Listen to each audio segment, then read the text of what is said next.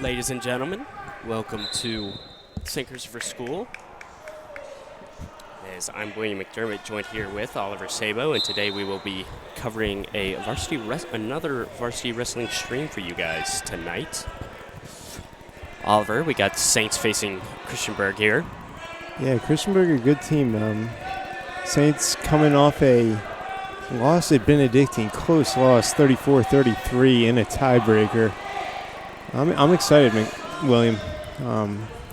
Perfect opportunity for the Saints to bounce back. This is a strong team. Jack Parker here getting things going. Parker won his match against Benedictine last week. A pin, yes. Yeah. And here it will be 4-1 in favor of Christiansburg. 43 seconds left in the first period.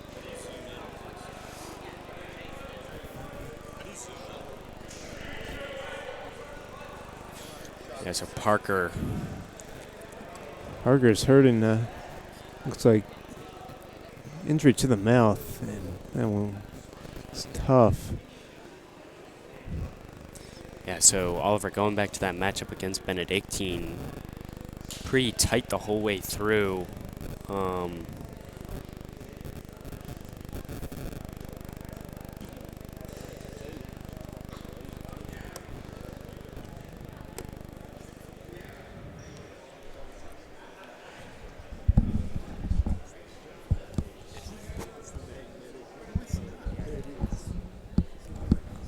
Yeah, as you're saying, William, pretty tough loss for the Saints. They went 1-4 on the day. That 4-match tournament at Benedictine, ultimately ending with a loss against Benedictine. 4-1, you mean? 1-4 on the day. They won one of their. Yes. Wow, I did not know that. Or one of their 3. So yeah, it was a tough day for them. Still a pretty strong team. Have been having success in some of the tournaments they've been traveling to. Definitely missing a lot, though, today and this season. A lot of guys out with injury. Loudon hurt out for the season. Committed to University of Virginia for wrestling, so that was a pretty big loss. Just a lot of concussions and up and down injuries across the board as well. Yeah, Saints wrestling without Charlie Long this week. Charlie was one of the best matches I saw of the tournament last week. Definitely. But yeah, Loudon, obviously torn pec. That's tough for the Saints. We're actually trying to get Loudon up here as a guest in a few minutes. We'll see if he can offer some insight. As this is 6-2 in favor of Christiansburg. Parker having some trouble with that mouth injury. Not sure what it is, but we've had to stop a couple times here. Yeah, it might be a blood issue. Can't have any blood on the mat. So yeah. One notable wrestler for the Saints is Spencer Core, senior. He's mainly he actually joined the team this week. Yeah, mainly a strength and conditioning guy, and it's going to be fun to watch him. Never really seen him wrestle. I'm told he has some moves. Yeah, it'll be interesting for sure to see what weight he wrestles as well. Yeah, talking to him, I remember 192 or 200. Yeah, he's a muscular dude. He definitely has the capability to be a phenomenal wrestler with his size and strength, but yeah, he puts just technique thing. Yeah, he puts a ton of time in the weight room. Goes over to Total Training. Strength and conditioning coach Blannon's facility. And 6-2, Parker will get underway once again. Parker trying to escape, can't do it, and it's clear who the stronger player has been thus far. Yeah, I mean, Parker gotten beaten up a little with those injuries, and coming to the close of the first period here, being down 6-2. And yeah, so into the second period. Christiansburg up 6-2. So yeah, this is a fun match. We've got one other school here. We will be streaming only the Christiansburg. And Saints are really challenged here. I know, talking to senior Thomas Lamb, he's facing, I think, the 16th ranked wrestler in the country in his weight class. So definitely going to be a challenging match for him. That'll be a fun one to watch. yeah, absolutely. Lamb also coming off an injury. Yeah, you got to love the amount of work Lamb's put in this offseason, getting big in the weight room, just practicing his craft here in the wrestling gym. Man's a beast now. Jack Parker gains another point, still down 5. Minute and a half remaining in this match here.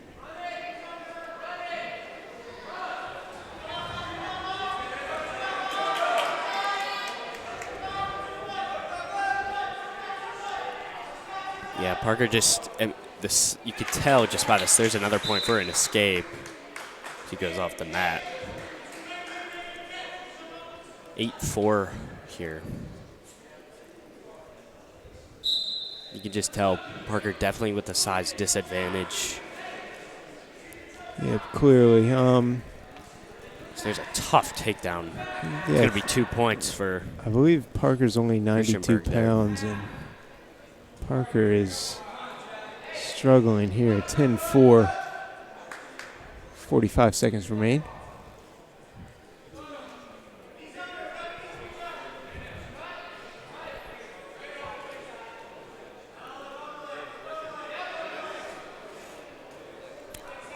Christiansburg looking for the pin here.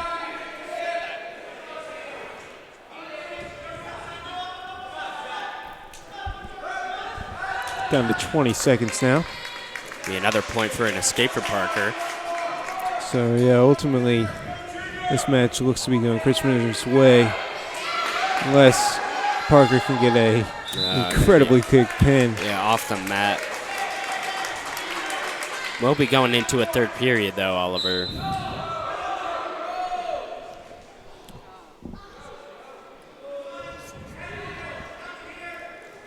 Parker just trying to get low here, but that's going to be the end of the second. 10-5 in favor of Christiansburg. Excuse me, yeah, I thought and Parker will start in the advantage position here.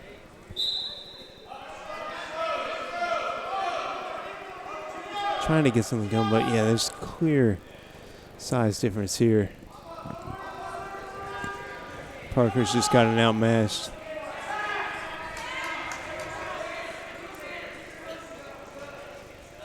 And another tough takedown there for Christiansburg. Yeah, that'll be 2 points. And can he get the pin here? That one will go out of bounds. Yeah.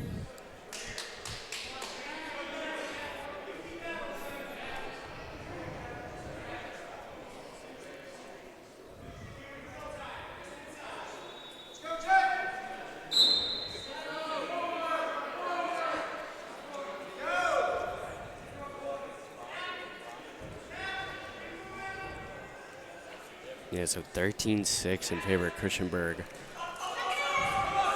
Trying to lift them up here, just can't get enough leverage. Just not strong enough right now. Does get those 2 points, though.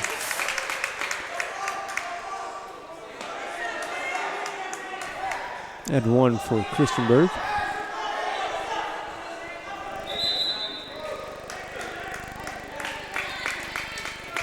Parker very shaken up. Yeah, he's a tough kid. Staying in this one. 50 seconds left here. Suddenly back, going for the leg here. Drives, that's going to be another 2. Yeah, that's a nice play. One of the first ones we've 14, seen he in can the night. definitely try to get this pin here. If he can get enough leverage. What a match 30 this will be. seconds. And he's close.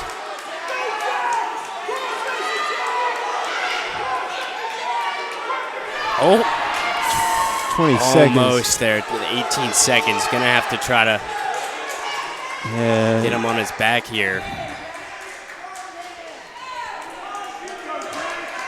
8 seconds now. And it'll look like this will be Christiansburg's match, but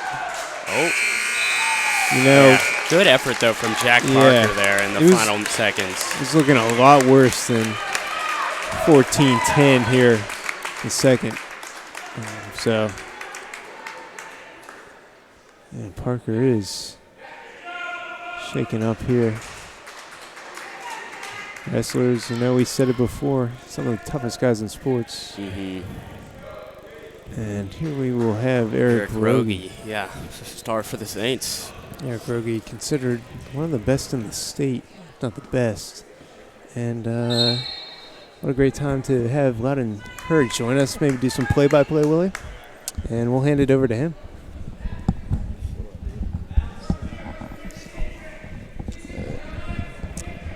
Yeah, so we're joined here with Loudon Hurd, and Loudon, you just had surgery on your back. How's it feel to be getting back to normal and stuff? It feels good, at least being able to help, coach the team, see them all do good. We're going to the Prep League Championship tomorrow. It's good to see everybody competing hard, especially seeing some heart like Jack Parker just showed against a kid a lot heavier than him. Here we see Eric Rogie, number 1 in the state, number 8 in the country, just working his kid. Eric is really, really big and tall for his weight, so you'll see a lot of guys having trouble with that. Yeah, I think that length is something that he can definitely use to his advantage for his weight class. Yeah, Rogie is definitely one of the tallest 113-pounders in the country, I'd say, and he really cranks on guys with those long arms of his on top, and guys have a hard time dealing with it. As you can see here, he's turning his guy at will, getting 3 backs for Rogie, looking for the pin. Yeah, now there's going to be more points there for Rogie, already 9-1 in this first period. Coming off the tough couple matches at Benedictine last week, what are some things that the team's looking to do forward to improve going into Prep League tournament and state tournament play? Well, we're looking to improve on some of those close matches that we had, especially against Benedictine. We had some heartbreak losses, like David Smith at 138, Kevin Shork at 152. They're looking to improve those close matches and, get the win there, because those will be like state semifinal, state final matches. And we're looking to, change that result around, get the win there, and that should turn around the team standings as well as individual standings. And I know the guys in the team are really pumped up to do that. They're all really pumped up to win another Prep League title tomorrow. We're just trying to get as much energy and, just as much energy and all that out of the team as we possibly can. And it looks like everybody's fired up. Rogie trying to lock up a cradle here. Yeah, so Loudon tomorrow, Prep League Championship. That's going to be, if you guys win that, what would that be, 19 straight? It's 19 and 20. Yeah. And there's a pin for Rogie. That's 6 on the board for the Saints. Up to 120. At 120, we have Cale Rogie against Brandon Crowder. Crowder, tough kid from Christiansburg, state champ. Let's see how Rogie can fare against the 3A state champ. Yeah. So what are some matchups, going down this lineup here tonight that we can look forward to seeing against this Christiansburg team? Well, one matchup that will be tough for the Saints is at 182, you'll have Thomas Lamb versus Nathan Warden. Warden being a multiple-time All-American state champ, very tough kid. Has been West Virginia state champ, 2-time Virginia state champ. Very solid kid, ranked top 20 in the country. We'll see if Lamb can weather the storm and try to get some points on the board. Yeah, that'll be an interesting one for sure. Here we have Eric Rogie's cousin, Cale Rogie, new to the team this year, new to St. Chris. That's a tough 2 to give up on the edge of the mat for Rogie, but he's going to look to try to get off the mat here. Crowder having a lot of energy on the mat right there. Rogie trying to circle out, back up.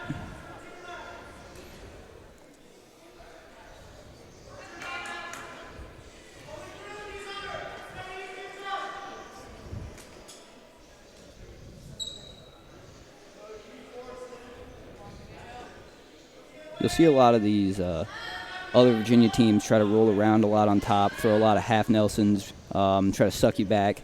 And that's something that we've been looking out for on the team. And Kale's he was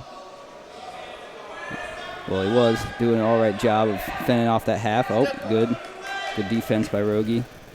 Trying to get back up to his base so he can get out. But Crowder has a tight lock on that wrist, pulling it across, trying to roll it through to his back points.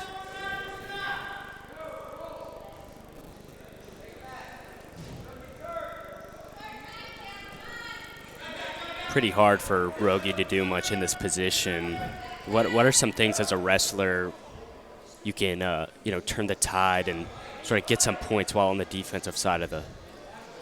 Well, when you're on bottom, you definitely don't want to get broken down flat like Kale was right there. It's a good idea to keep your back to him, be pushing back, try to get to your feet, try to use that pressure that the opponent is putting down on you, pushing forward into you to work backwards into him so you can get to your feet. Getting to your feet is the hard part. Once you get up to your feet, it's usually a lot easier to cut away. But Crowder's putting a lot of downward pressure on Rogie as well. So he's having a tough time getting to his feet.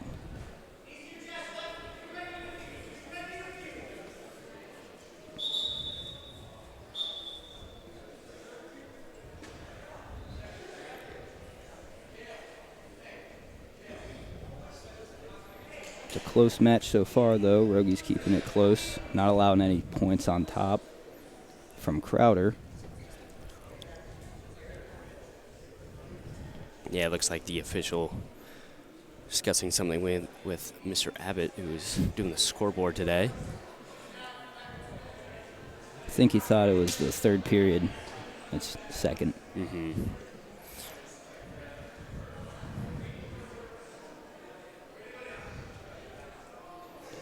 Rogie electing to go on the bottom position once again, see if he can get an escape and try to go back to work in neutral.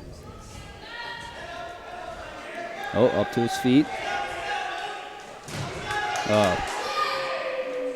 See, that's one important thing, trying to get off the bottom, is when you get mat return like that, and it happens a lot to everybody when you're trying to get off bottom, especially against a good kid like this, but you need to make sure you don't land flat on your stomach like that. Land on your knees so you can pop right back up. If Rogie were to do that, he could pop right back up, and eventually most guys get tired of mat returning you and you get out.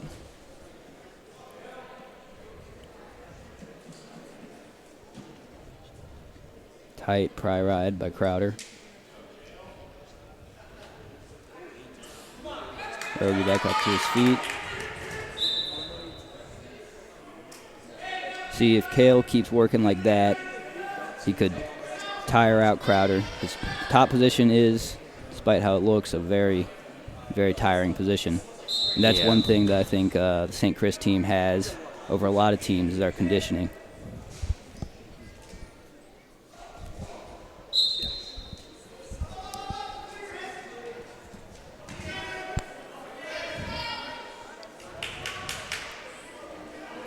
Yeah, so Loudon, your injury being one of the injuries that have hurt the Saints this year, but you guys definitely have had to battle through some adversity as a team.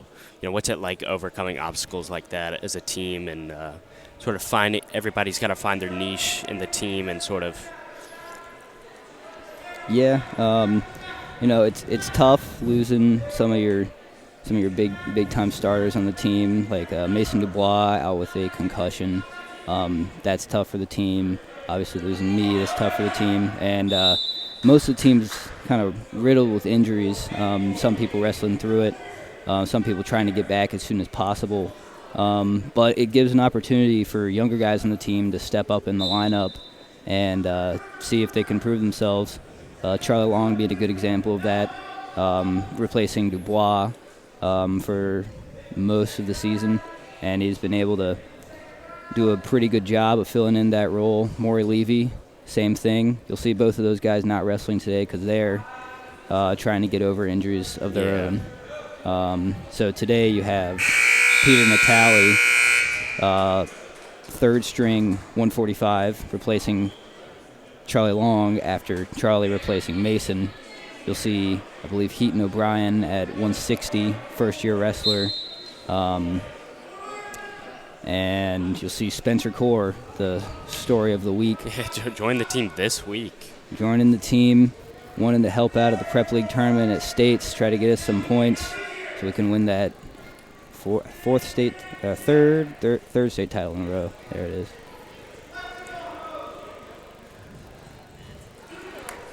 It'll be interesting for sure. Yeah, if Spencer being a power lifter, he's definitely got a little bit of strength and the kind of power that could definitely be helpful in wrestling. So we'll see how he can turn out after just 2 weeks of training at the state championship, but it'll be an interesting one for sure. Yeah, I remember talking to him after his first practice. He said, it was tough on him. It was pretty hard. He wasn't used to it, and it's obviously like he just doesn't have the technique that the other guys do at this point. But it's something, in 2 weeks, it'll be interesting to see how much he can learn. Yeah, joining the wrestling team, 2 weeks left in the winter season of your senior year is definitely a bold move and one that the wrestling team appreciates because we'll take anyone and everyone at this point in time, riddled with injuries. We've had 195 and 220 open for the whole season, so we'll take whatever we can get. And Spencer's a kind of godsend at this point. Yeah. See Rogie trying to get off a bottom once again. Crowder, tough pry ride. Rogie's done a good job of keeping it close. However, he hasn't been too close to scoring. Rogie just hasn't had the opportunity to be aggressive, I feel like, in this match. I mean, yeah, Kale is constantly on the defensive side. Yeah, and that stinks to see for Kale. But it definitely puts something for the coaches to work on. We know one of the weaknesses for the whole team is our bottom work, especially against tough kids like this. So we're going to need to work on getting off a bottom, getting those points so we can try to be more offensive. It's hard to score points when you're laying on the mat the entire time. Next up, we got Jake Keeling versus Luke Roby. Roby, I believe, also a 3A state champion. Yeah. Jake Keeling, your last year 120 state champion. Roby was at 113. Both of them at 26 now. This should be an interesting matchup. Yeah. Another Rogie. No, this is Roby. Oh. If we had 3 Rogies, that'd be incredible, especially on the different team. Yeah. Keeling, though, super athletic guy. Yeah, very explosive. Can be hyper offensive if he wants to be. We'll see how this matches up against Roby. Roby, a pretty strong kid. Last year wrestled Luke Hart. Luke Hart winning by fall. We'll see if Keeling can match up to those results from last year.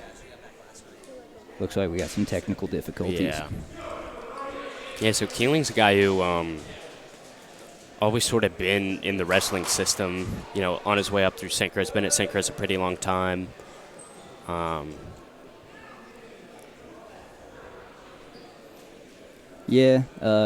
Keeling's done very well for himself after not starting freshman year behind Eric Rogie and Trey Ashby.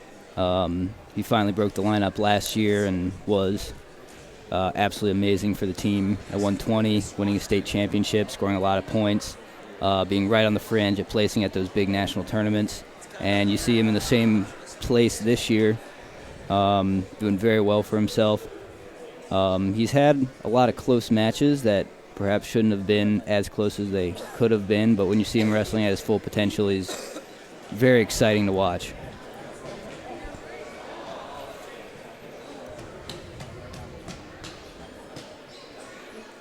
Yeah, still some technical difficulties we've got going on here.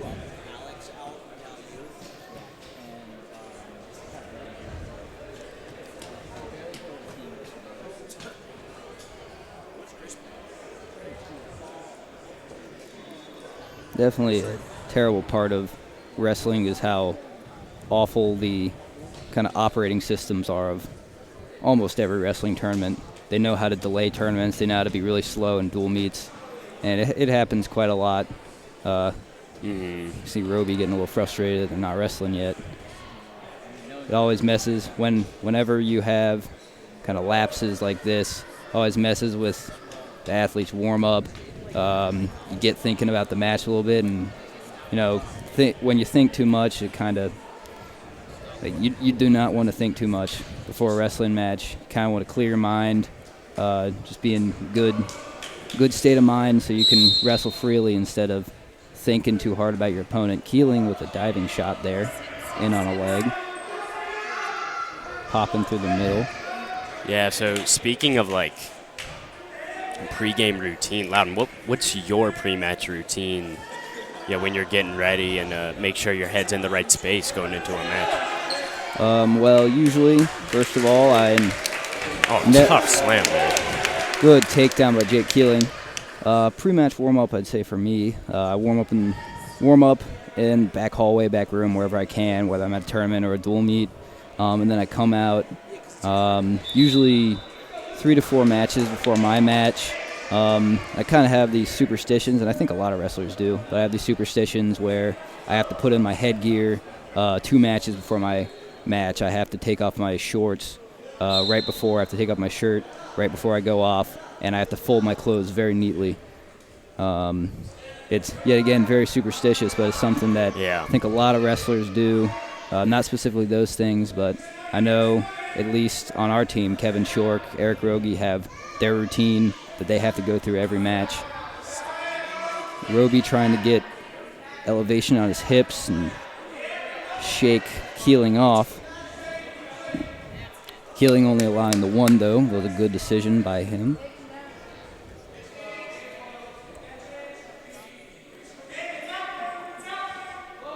If Keeling can get his hands and feet moving a little bit more, get Roby off balance, he could get to that double leg that he's so good at.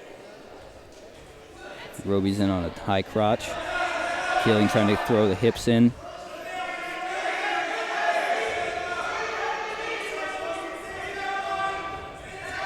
Good defense by Keeling.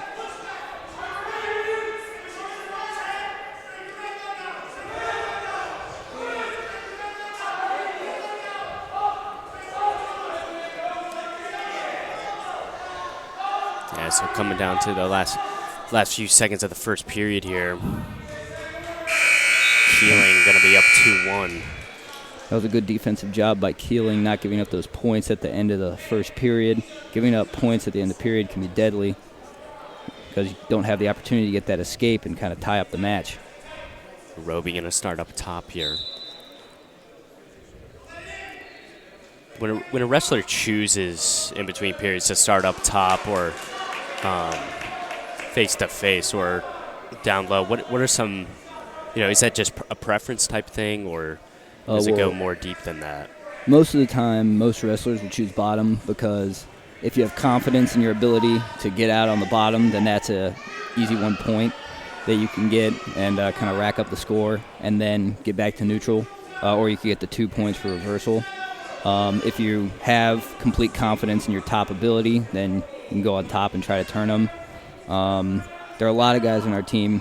This has been seen with Charlie Long in the past few dual meets. Chooses neutral in every position. He does not want to be on the mat. He only wants to wrestle on his feet because he's very confident in his abilities on his feet. And more specifically, the coaches are a lot more confident in his feet abilities than his mat abilities. Yeah, definitely. I mean, wrestling is more of like it's a team sport, but it's also very individualized in preference and technique and style on the mat. Mm-hmm. And you'll see the coaches make a lot of strategic decisions for the wrestlers as well. So in a dual meet situation like this, it can be seen as almost like a chess match. We're trying to pawn our best guys against some of their guys, some of their best guys. Try to take points away from them, get as many points as we can. Try to get the bonus points when we can with a major decision or a pin. And here we see St. Chris and Christiansburg just wrestling each other straight up, not bumping any weight classes like we have at a few different duels. Keeling trying to fish for this takedown at the end of the period. Close to the takedown. Roby electing to choose the bottom position.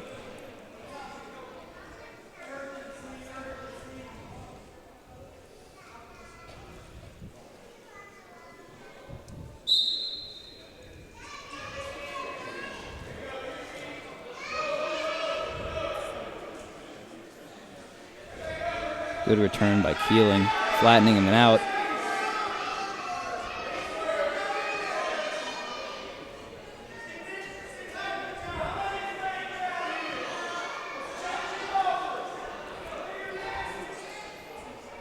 Keeling trying to work the near wrist. On the other side, it looks like he's digging for something. Roby gonna get the escape point.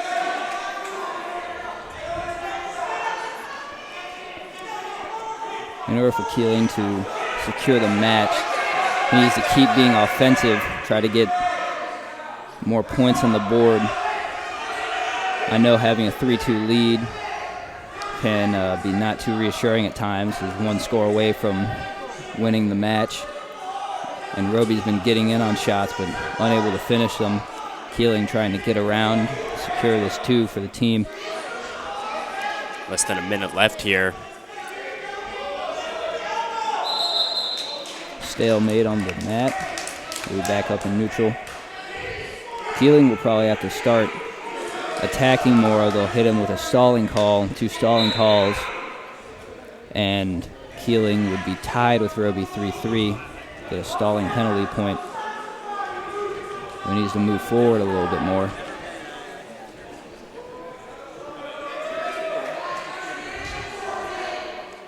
Good defense by Keeling.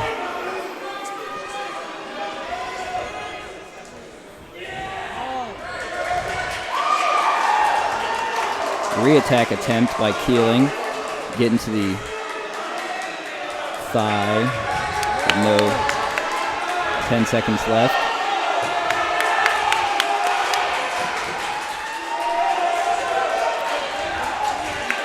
And Keeling's gonna hold on with the 3-2 victory over Luke Roby. That's a good win for Keeling. 3 points for St. Chris.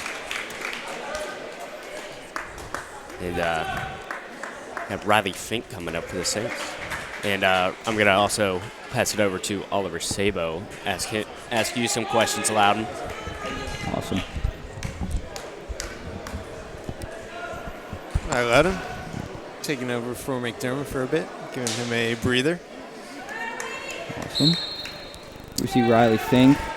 Riley's been looking a little up and down for the Saints this year. He's had a tough weight cut down to 132. He's a big, tall kid.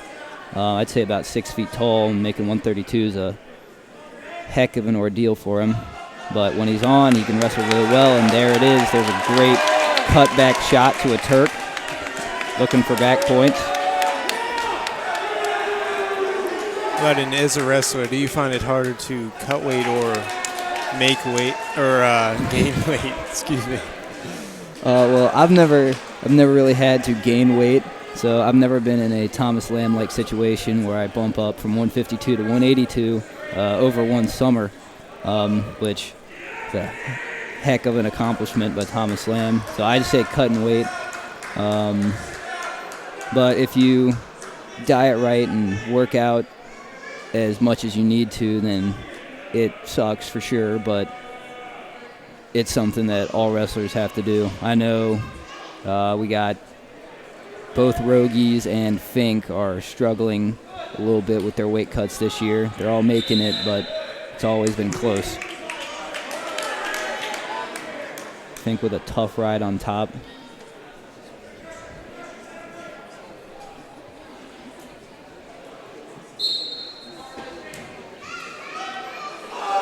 Big lift and return by Fink.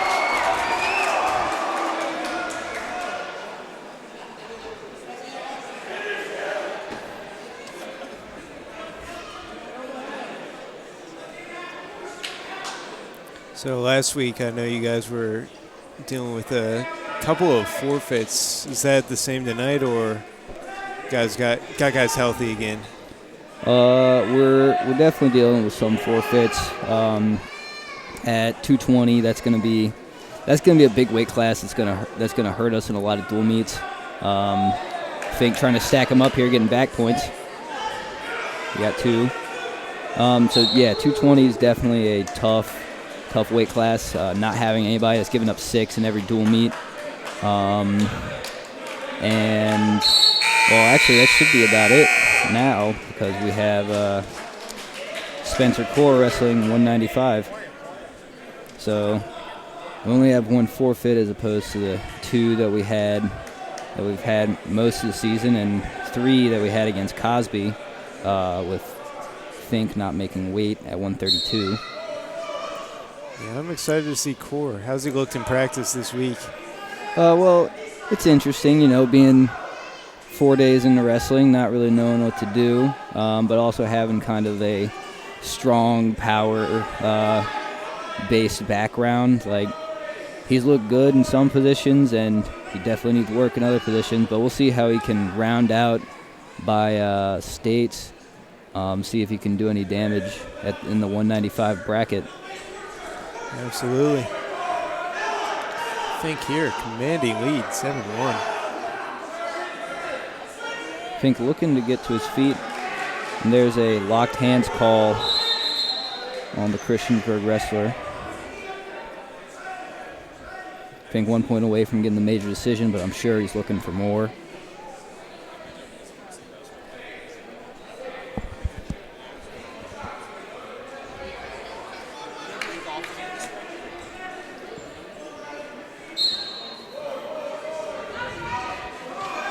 Up to his feet. Good escape by Fink.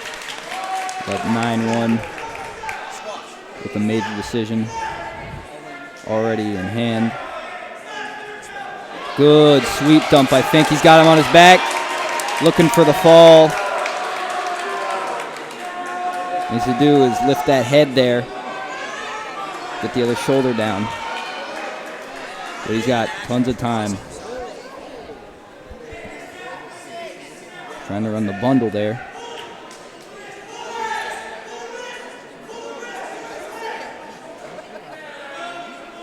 Ref holding 3, not awarded yet.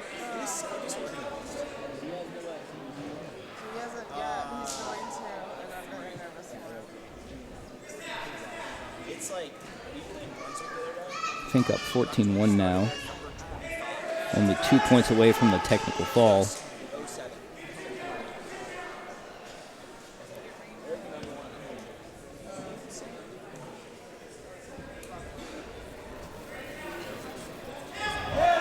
He's got him stacked up on his back. No points at the end of that period. I don't know. I haven't seen Coach Ross Jatomer here tonight. Is he out?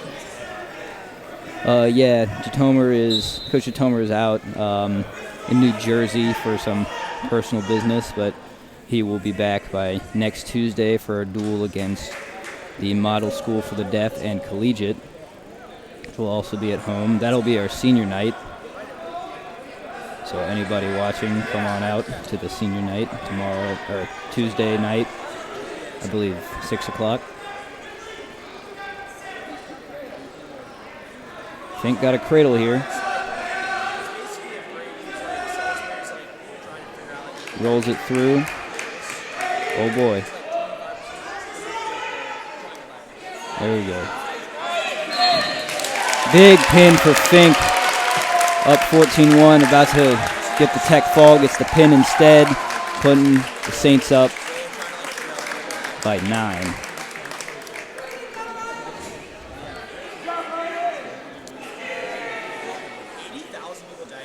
And we've got some more exciting duels coming up here. Next is it David Smith. David Smith.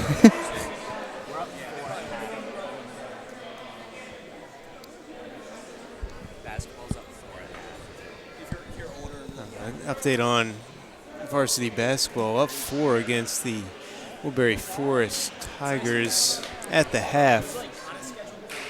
Saints coming off a tough Trinity loss on Tuesday night. Looking to bounce back.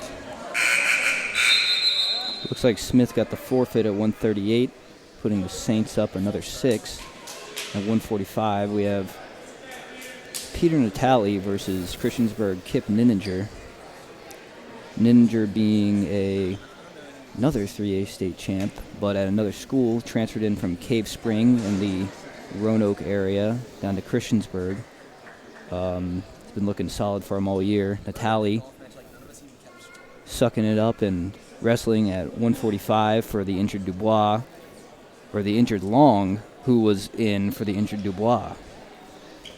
Yeah, Natale, we haven't covered him yet this season. How has he looked? Natale is definitely a very strong wrestler. You can tell he's been wrestling for a while. Doesn't know all the positions just yet, but he's young and he can definitely be good for the Saints further down the line. Definitely more of a natural 132 or 138 pounder, but he's taking a bullet for the team and wrestling up at 145 against one of Christiansburg's best kids.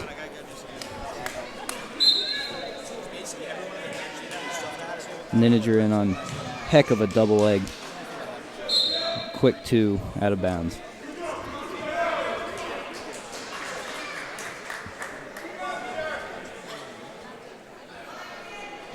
Nininger electing to let him up. Looks like he might be playing a cut and release game.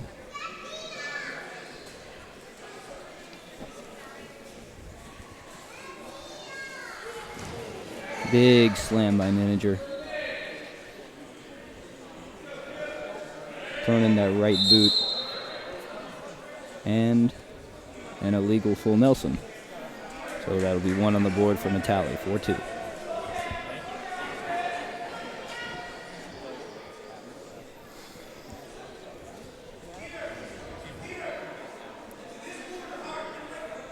Christiansburg, there were some questions coming into this. It's a tough opponent. Right now, a commanding lead, though.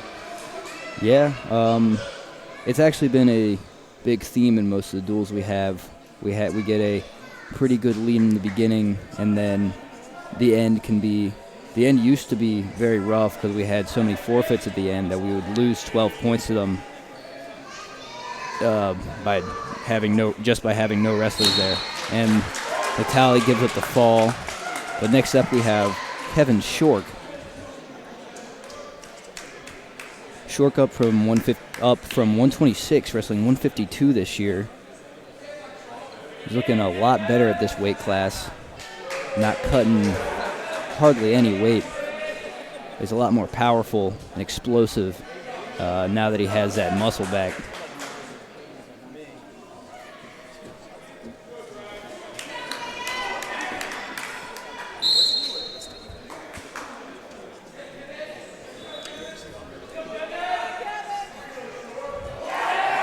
Shork pulling hard on that arm with his signature dump.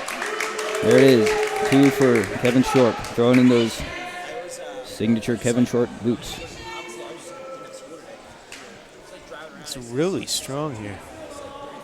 This is Kevin's bread and butter. He loves hitting that fireman's carry dump on neutral and then going right to throw in that boot. He's very tough on top. A lot of kids have very hard time getting out. That's what makes him one of the best kids in the state and one of the best kids in the country. Kevin's been right on the fringe of placing at these big national tournaments like Beast of the East, Escape the Rock, Ironman. He's tough, and it'll be good to see him again next year. His senior year, he'll definitely be one of the top kids in the country.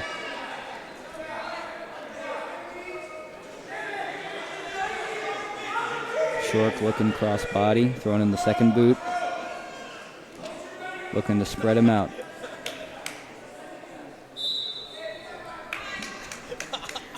Short doing a good job of adjusting his hips on top so he doesn't get thrown off by the Christiansburg wrestler.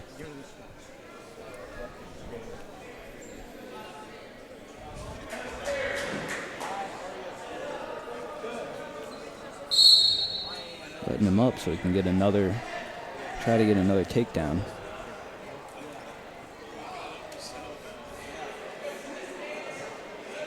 Hard snap by Kevin.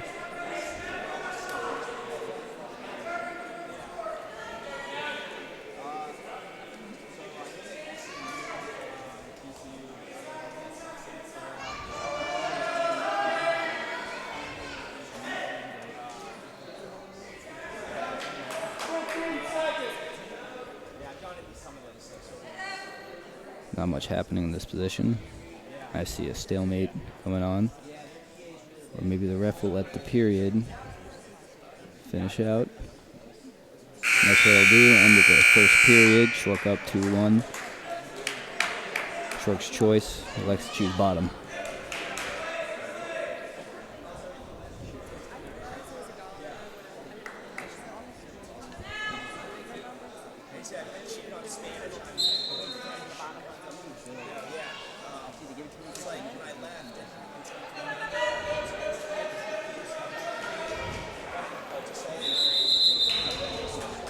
Nice Granby roll attempt by Shork there. Doesn't get the escape.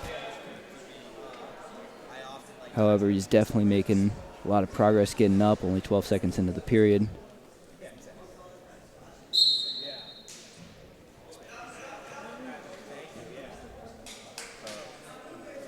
Well, I've been looking on farther on the season. When do you guys start entering the postseason? The state, I guess, preps and states. Could you repeat the question? I'm sorry. You got the postseason coming up. When exactly does that start? So we got states in 2 weeks. 2 weeks after the Prep League tournament. And then the week after that, we go up to Lehigh University in Bethlehem, Pennsylvania for national preps. We have quite a few guys on our team looking to place high at that tournament after the state championships. Of course, you have to place top 4 at the state championships in order to get a place at national preps. But I believe we'll have many people able to qualify. Short trying to throw that boot in, but getting it caught.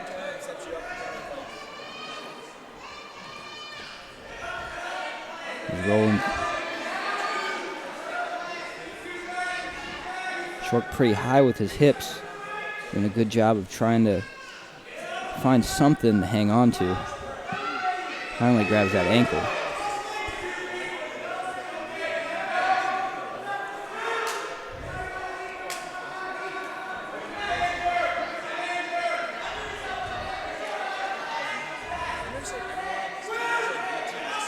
Short still leeching on top.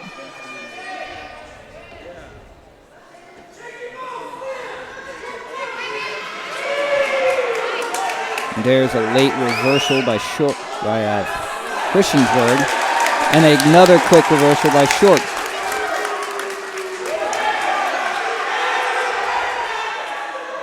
And then another one, exciting last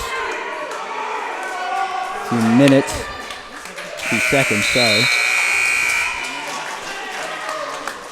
The score 8-6 in favor of Christiansburg now.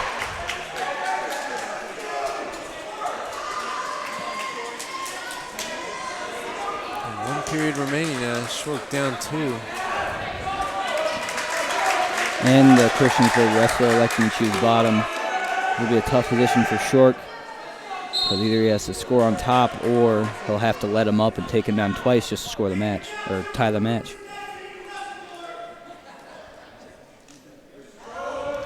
electing to start on the bottom, is that an advantage for some, or is it kind of wrestler to wrestler? A lot of people want to start on the bottom because usually it's a free 1 point, like right here. See, if he chose neutral, he'd only have an 8-6 lead on Shork instead of a 9-6 lead. And only getting 2 points for the takedown, Shork will have to score 2 in back points, or a takedown in back points to get the lead.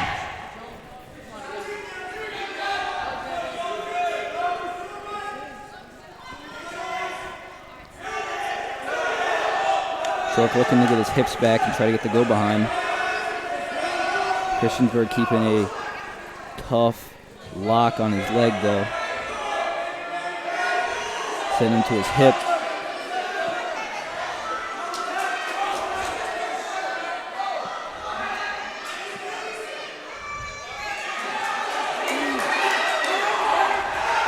Shork looks like he's looking for something, maybe a cradle. He locks up the cradle, looking to take it over.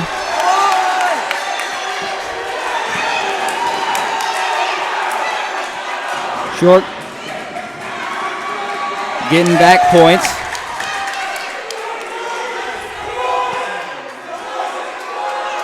Shork has the 2 back points, effectively giving him a 10-9 lead.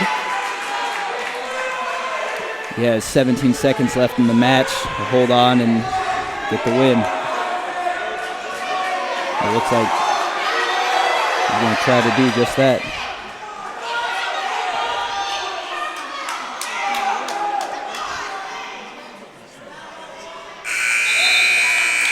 And that's it, an exciting match, 10-9 victory for Kevin Shork.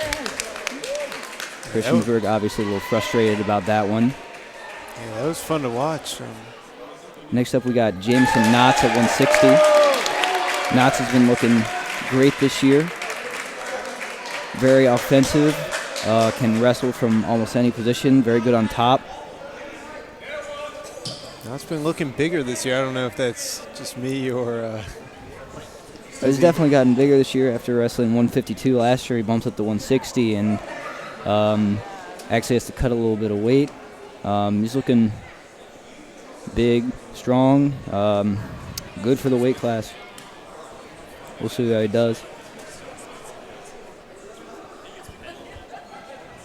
Jameson's usually a very quick starter, so we'll see him trying to blow it open with some attacks right off the whistle. Looks like we got some more technical difficulties over the front table.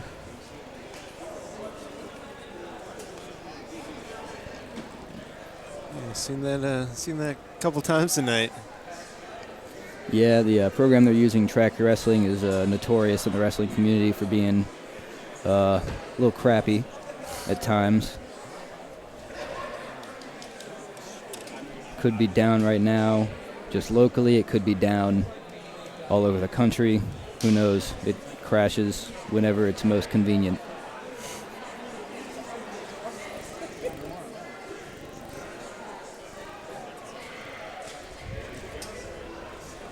So in situations like that, do they move to handwritten scoring or? They can, but usually when we've gotten this far with the track wrestling, we try to fix it. Although from what I'm seeing now, it looks like there's a dispute between coaches over scoring.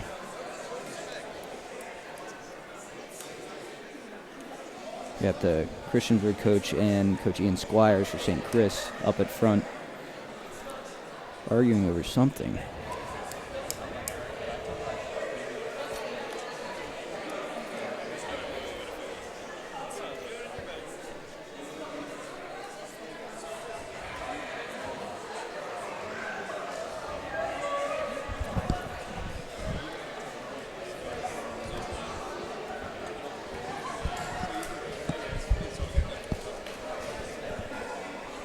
So what would you guess that was about scoring-wise?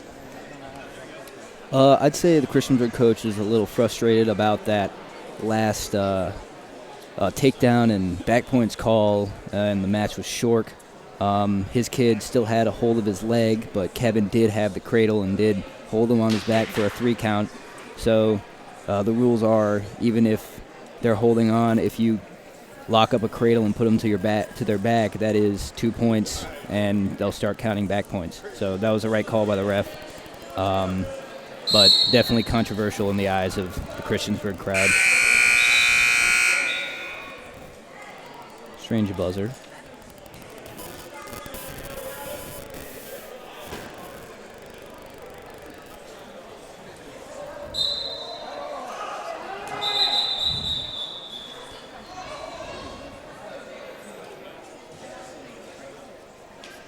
Looks like they're looking for every reason to not start this match yet.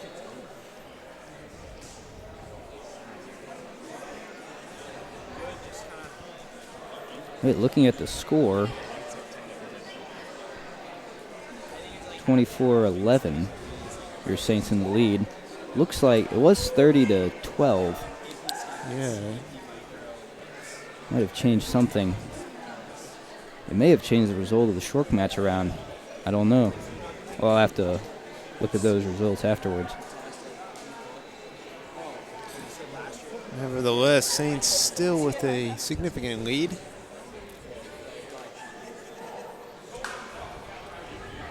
Got to be tough for these guys to start for a couple seconds and have to stop right away. Yeah, especially, I feel for the Christiansburg kid wrestling with Jameson every day. That club right there is awful feeling. I feel that multiple times. I'd hate to be in that position, although I have been in that position. Hard snap by Knotts, getting around, getting his 2. Good go behind. Definitely a quick start, as you said. Looking to double off, working for a Turk. Needs to open up that hip and try to get his leg in, but he likes to let that go and try for the wrist. Pull it across. Big lift. One of Knotts' best turns on top is a cross wrist tilt, roll through. It looks like he's going to let him up and try to take him down again.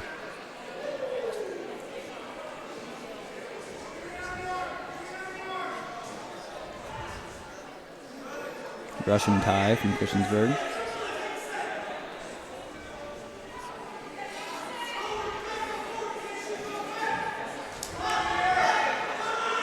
Good re-attack for Christiansburg, but Knotts is looking to try to scoot around. No points yet. That's 2. Christiansburg, Knotts looking for an escape. Or more. Nope, getting the 1.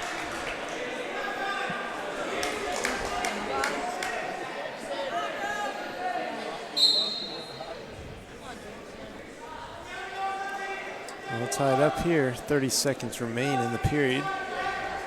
It would be big for Knotts to get this last second takedown, put him up by 2 instead of tied at 3.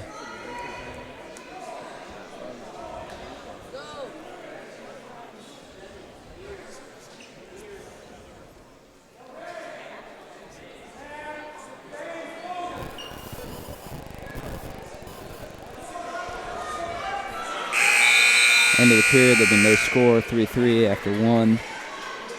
Knotts' choice, he'll like to go down.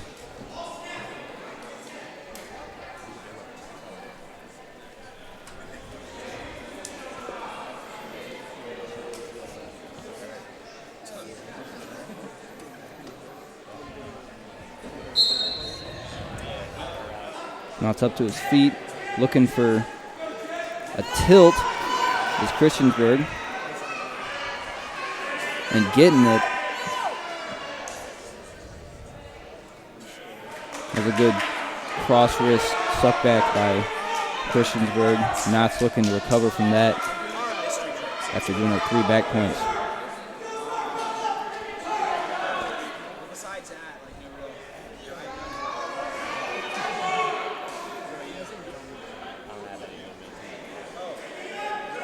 Knotts looks to be in some trouble here. Gets the arm bar out. trying to get up. Trying not to give up that cross wrist again. That's what got him last time. Now he's in a 2-point deficit.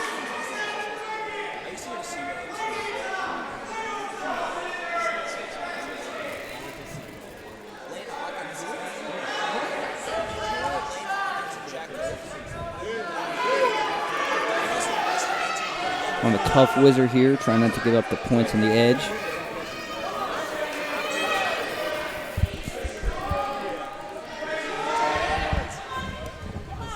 Giving up no points is Knotts. Good defense. Needs to get on his offense, though. Good sweep. But nothing doing.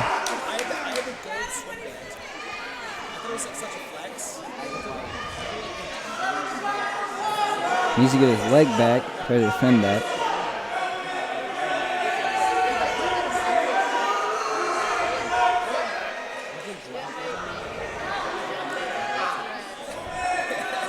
Knotts put him into a split.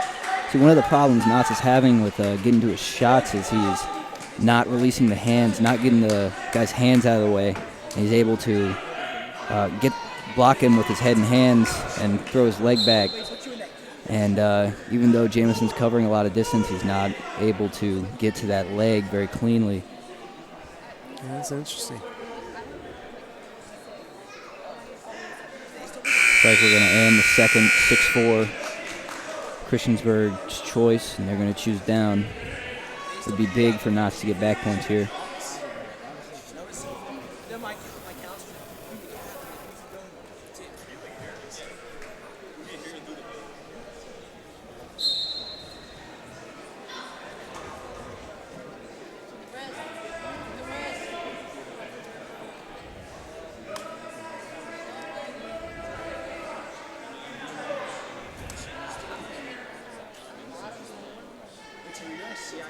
Knotts putting a lot of pressure down on him on top, but not able to get to that cross wrist that he loves so much.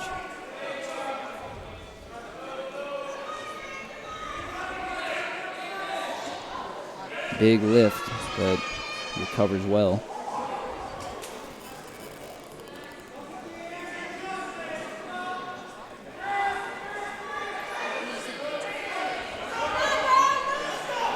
All right, Knotts down by 3. Needs to get 2 takedowns in order to tie the match.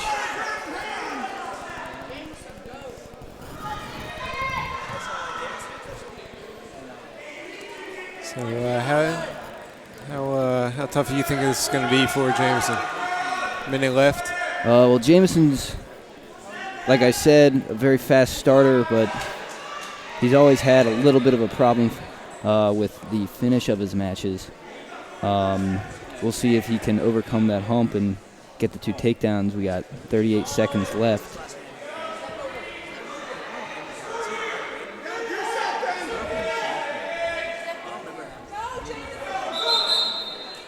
.28 seconds remaining. Knotts will need 2 quick takedowns or back points off the takedown.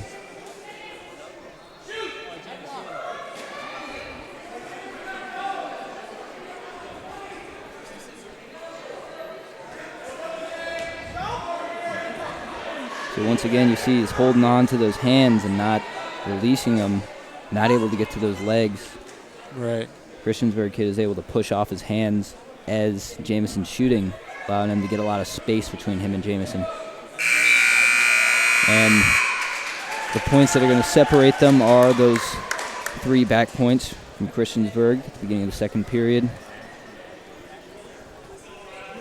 Saints still up 10. And Heaton O'Brien next? Next we got Heaton O'Brien, never breaking the starting line up until now at 170. Up until now, 170 has been wrestled by either me or Maury Levy. Both of us injured, Maury less so than I. So hopefully we'll see Levy back in the lineup pretty soon. O'Brien definitely has heart, but it is his first year wrestling, and there's something to be said about experience. Wow. Just like that, 18 seconds fall. Saints only up by 4 now. Up next, we have Thomas Lamb versus Nathan Warden. Warden, once again, being one of Christiansburg's toughest kids. Lamb definitely able to keep matches close, though. So we'll see how he can fare against the nationally ranked Warden. I've heard this guy's top 16 in the nation. I believe he's something like 16, 17. He's multiple-time All-American in different national tournaments across the country, the Fargo National Championships, Super 32, Escape the Rock, Ironman. He's pretty much done it all. I believe he's committed to wrestle at Virginia Tech next year, and it looks like we're throwing out the Greenhorn Spencer Core against Nathan Warden. And that goes 7 seconds. 7 seconds. Spencer Core coming up laughing. I can't blame him for that, though. That's a tough kid to go against. First varsity match. Now we're throwing Lamb against up at 195. Lamb had struggled at 195 last week. Yeah, the kid he had last week from Benedictine was definitely a tough kid, one of the best kids in the state. However, I think we're going to see Lamb at States at 182. This is one of those strategic moves that I was talking about earlier that the coaches would do. Because rather than Lamb possibly giving up a lot of points at 182 and then throwing the inexperienced Spencer Core against the 195-pounder, we're going to give up points at 182 with Spencer and see if Lamb can pull out the win at 182. Right. So Lamb, we've talked about it a little bit, but what is that Lamb's height? How is that an advantage here? Well, there's definitely something to be said about leverage that you get from being tall. I've never been very tall in my life. I guess I was tall in 6th grade, but I was about the same height as I was in 6th grade as I am now. So I'm going to say I have always been rather short. And Lamb being about 6'1", I'd say, wrestling 182, 195, that's definitely an advantage for him in some ways. But with Lamb's style of wrestling, very hard hand fighter, but he also stands up a lot in his hand fighting. You can see his height be a little bit of a detriment, giving up deep shots. Not like that one. He had a good defense of his hips, but you'll definitely see Lamb sometimes giving up some bad shots just from being too tall.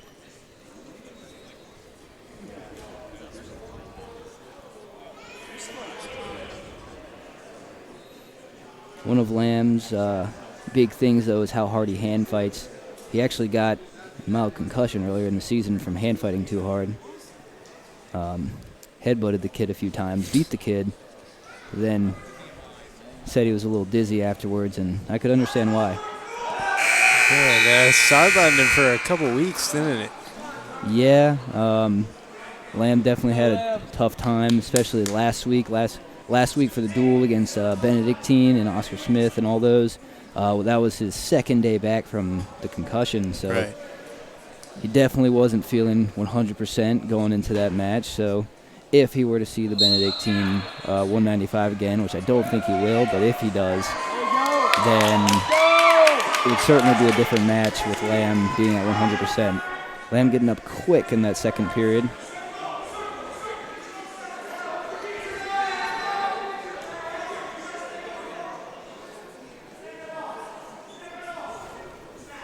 And working that inside tie, trying to snap him down. Definitely his go-to.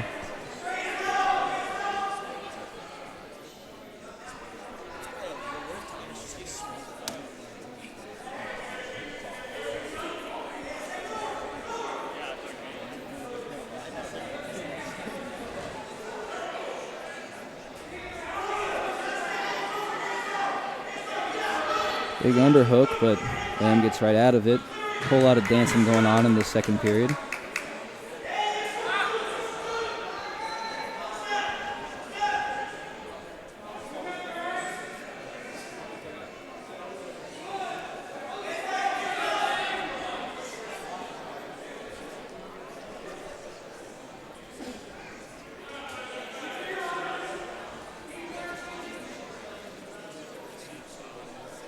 So is it common with Thomas Lamb to see a lot of this dancing, as you say? Like, as much as getting his hips back, good defense by Thomas Lamb. Nice play. Let's go, Lamb!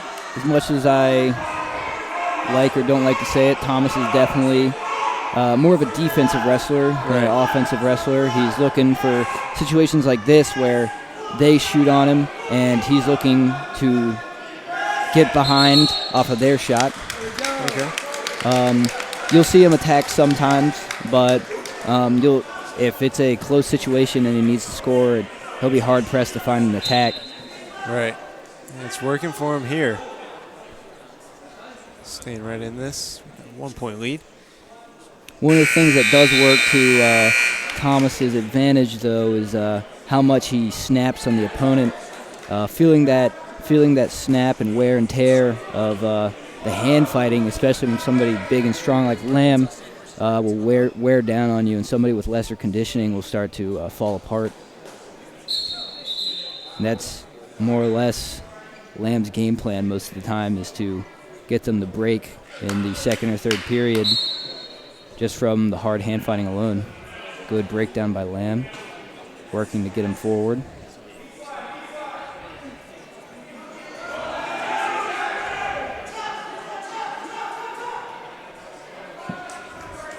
Lamb working for that wrist. If you can get him down flat, he'll be in a good position. Getting the cross wrist. It's like trying to work that reinforced bar. Up to his feet.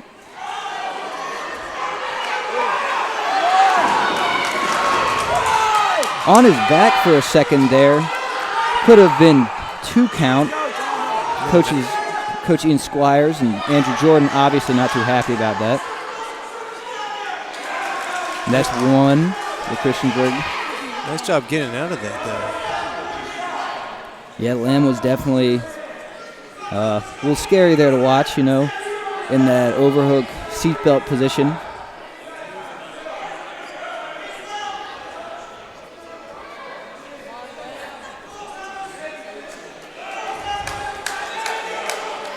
Good attack by Lamb.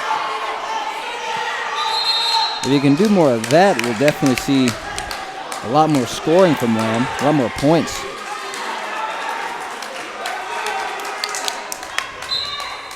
Come on, Lamb! 40 seconds remain. Looks like Lamb has the advantage. Oh! Lamb needs to get his head out of there. And no points scored out of that exchange. Incredible how he got out of that, both of them. Looks like both of them are dog tired, just looking for anything they can get. Diving shot from Lamb, but nothing doing.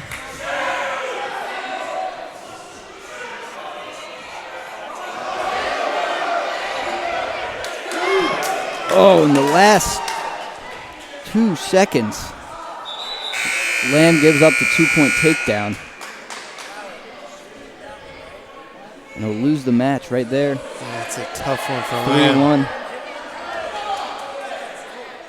And Looks like they're arguing over something. I believe somebody is being asked to leave.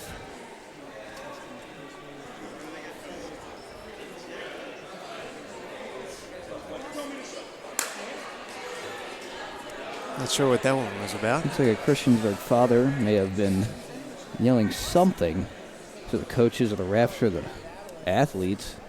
Been asked to evacuate the premises.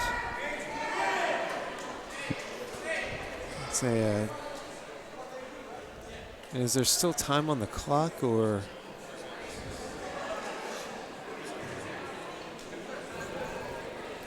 I believe that was the end of the third period, so I believe the result is locked either way.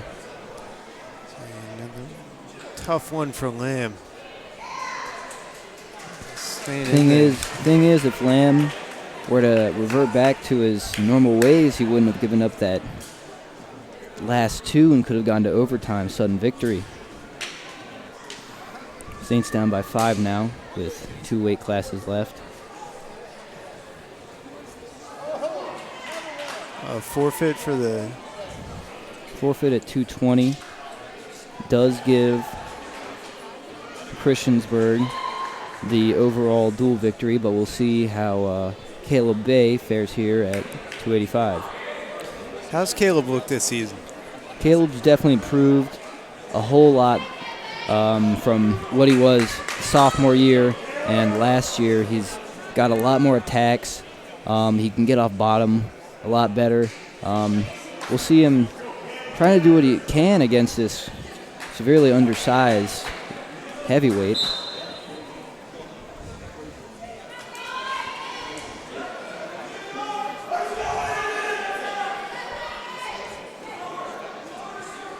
Bay's go-to is a snatch single to a double leg.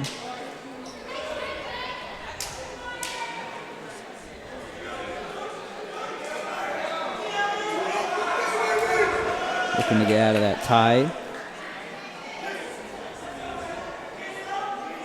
One of the advantages of being a smaller heavyweight, though, can be how much quicker you can move. I know wrestling bigger guys, as I have my entire career, there's something to be said about weight, which can definitely stop what you're doing, but also about how fast and agile you can be, and how much you can get around the bigger guys. I know wrestling Jens Ames in the past definitely helped me wrestle a little stronger, but also faster, because the only way I could score on him was outquicking him. That'd be a tough time for you. Wrestling Jens, he's a beast. Big Jens, big boy, Ralph Levy, all big boys. Will Tappan. 0-0. Nothing happening here yet. Bay looking to get some sort of angle on him, but Christiansburg heavyweight is doing a good job of blocking him off, cutting off those angles. See him trying to pass the elbow there, and he's just not getting anything. Going out of bounds, 16 seconds left in the first period.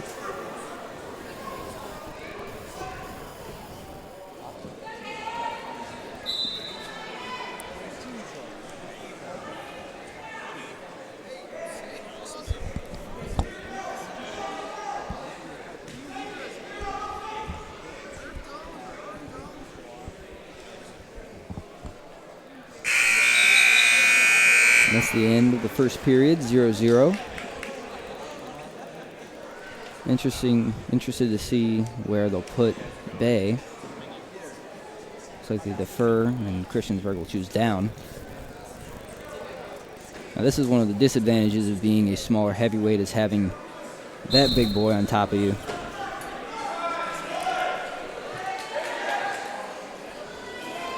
But he gets out very quickly.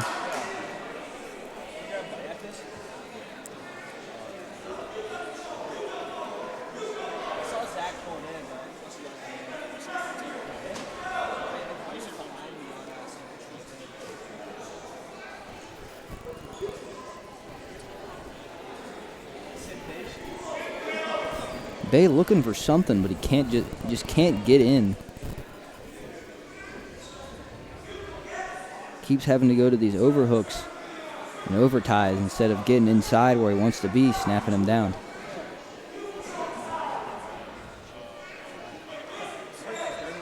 So that's Caleb's strength getting inside. Yeah, Caleb wants to get inside and create that angle by passing the arm by and hitting a quick high single and doubling off. Seen him do it multiple times. On lift real big boys up, and I tell you what, that's one of the most exciting things you can see is a heavyweight blast double leg.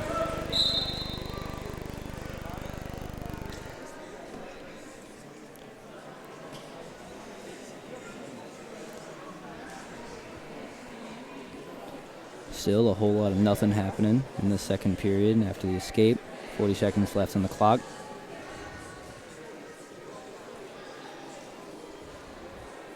Snatch single attempt, and Bay snaps him down. Right back to another re-attack. There'll be no points scored in that exchange. It's a lot of good re-attacks by the heavier guys. You usually don't see that up at this weight class.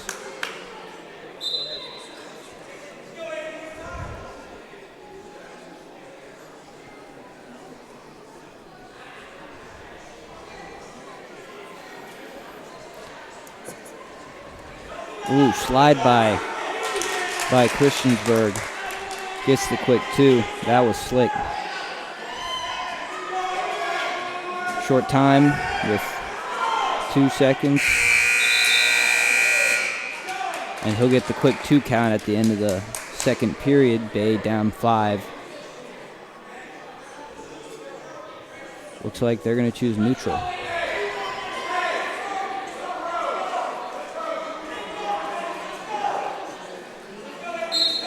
Where do you think that decision is coming from? Well, definitely in the past we've seen Caleb have a tough time on the bottom position. As you saw at the end of that second period, he got turned rather easily. We don't like him. We don't like seeing him on the bottom position. He's not too experienced with that position yet. But he's doing a pretty good job defending any turn attempts here. Just as I say that, Christiansburg gathers a bundle. He's trying to run it around. Looks like he collected 2 back points, trying to put the arm on the back and run another bundle on the other side. Caleb up to his base.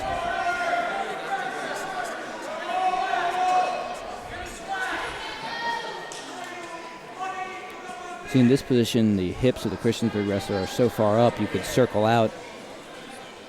But it takes a good feel of knowing where your opponent is on top of you to know when you're supposed to do that.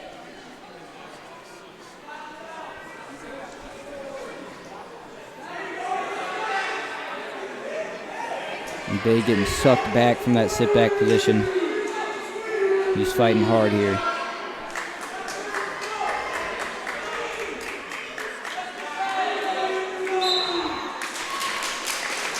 And he gives up the fall.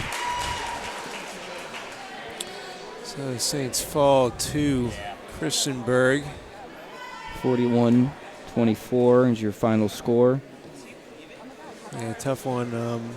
And that is all the time we have. We were just streaming this Christiansburg Loudon. Love to sit here and keep listening to you talk. We love the insight. Thanks for joining us. We'd love to get you on future wrestling streams.